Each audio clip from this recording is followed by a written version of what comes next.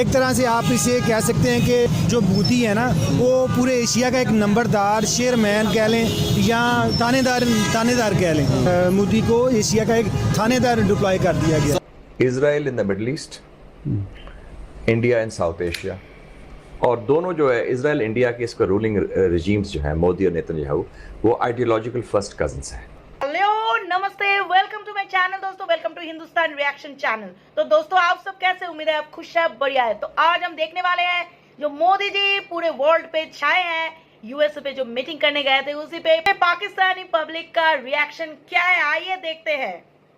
वो ज़ायनिस्ट है, ये हिंदुत्व है और एंटी इस्लाम। अगर हम बात की जाए साउथ एशिया की, तो क्या कोई ऐसा लीडर नहीं है जिस तरह मतलब उसको भी हम देख सके कि साउथ एशिया से निकल के वो मोदी साहब का जो मुकाबला या ट्रंप के साथ इस तरह बैठ सके कोई?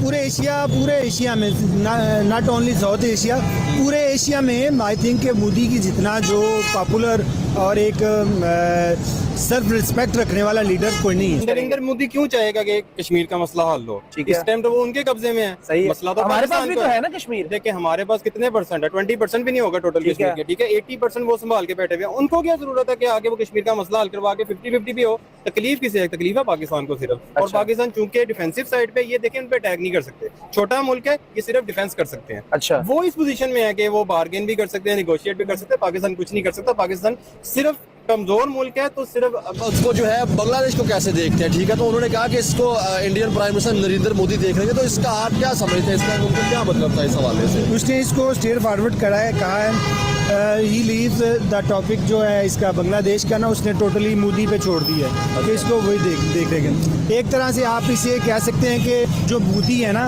वो पूरे एशिया का एक नंबरदार शेयरमैन कह लें या थानेदार कह लें। मोदी को एशिया का एक थानेदार डिप्लॉय कर दिया गया। सर, हमने जब देखा कि वो जैसे उनकी कुर्सी पीछे कर रहे हैं, फिर कह रहे हैं कि वही मिस अलॉट, कि हमने आपको बहुत मिस किया, इस तरह की वर्डिंग यूज की जाए। हाँ बिल्कुल ऐसे ही है।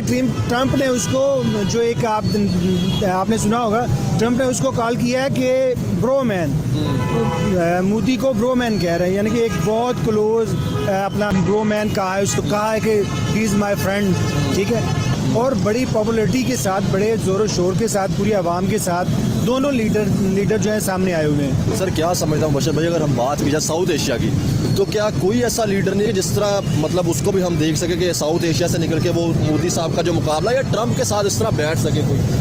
पूरे एशिया में नॉट ओनली साउथ एशिया, पूरे एशिया में आई थिंक मोदी की जितना जो पॉपुलर और एक सेल्फ रिस्पेक्ट रखने वाला लीडर कोई नहीं है। तो इसमें क्या हमारे लिए शर्मिंदगी की बात नहीं है कि हमारे पॉलिटिशियन को ये चीज़ें क्यों नहीं नजर आती कि इस तरह हमारे भी पॉलिटिशियन दुनिया में निकल के जो इस तरह अपना नाम बनाया जिसको देखा जाए? नहीं बिल्कुल नहीं हमजा भाई, इसमें शर्मिंदगी वाली बात नहीं है। देखिए नरेंद्र मोदी ने जो अपनी इंडिया में अपनी आवाम को रिप्रेजेंट करके पूरी दुनिया में साथ लेके चल रहे हैं ना, तो ये एक बहुत अच्छी अचीवमेंट है मोदी साहब के लिए भी।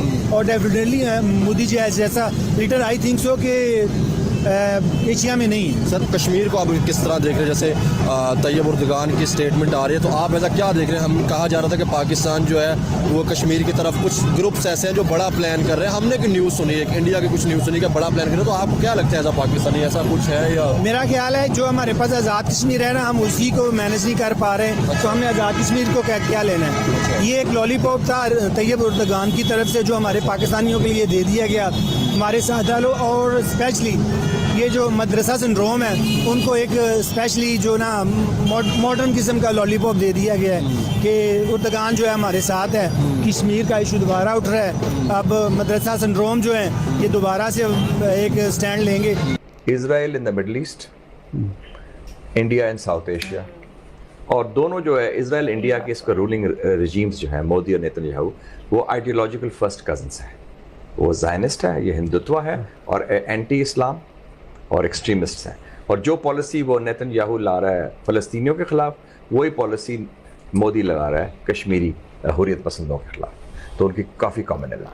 दूसरा जो कोर इशू है अमेरिकन फॉरेन पॉलिसी का, वो है how to handle China, the China challenge कह लें। उसमें India is their most important partner and ally. बिल्कुल ठीक है, वो बॉटम लाइन है। Not Japan, not South Korea, not Philippines, they don't matter in the larger picture, India. So इसलिए India का जो दैट वो इंडिया जो जिस तरह अमेरिकन को ब्लैकमेल करता है, इंडिया अमेरिका को इस्तेमाल करता है, किसी और they buy oil from Iran, कोई सैंक्शंस नहीं, they buy oil from Russia, no sanctions, उनकी जो न्यूक्लियर प्रोग्राम पर भी कोई थ्रेट, कोई सैंक्शंस नहीं है, और कोई हो तो इस्लामिक बॉम्ब। नरेंद्र मोदी ने ये उनको जवाब दिया था कि ये हमारा अपना मसला है, हम इसको खुद हल करेंगे। नरेंद्र मोदी भी इस साइड पे नहीं आ रहे कि अपने मसले को हल करें, या हमारे सियासतदान नहीं चाह रहे, या चाइनीज ये नहीं चाह रहे। हमें एशिया को भी कहीं ना कहीं अब सोचना पड़ेगा कि आखिर कब तक हम बिलियंस ऑफ डॉलर अपने बॉर्डर्स के ऊपर खर्च करेंगे। नरेंद्र मोदी क्यों चाहेगा कि कश्मीर का मसला हल हो? ठीक है। इस टाइम तो वो उनके कब्जे में है। सही है, मसला तो हमारे पास पाकिस्तान भी को तो है ना कश्मीर। देखिए हमारे पास कितने परसेंट है, 20% भी नहीं होगा टोटल ठीक है। कश्मीर के, ठीक है, 80% वो संभाल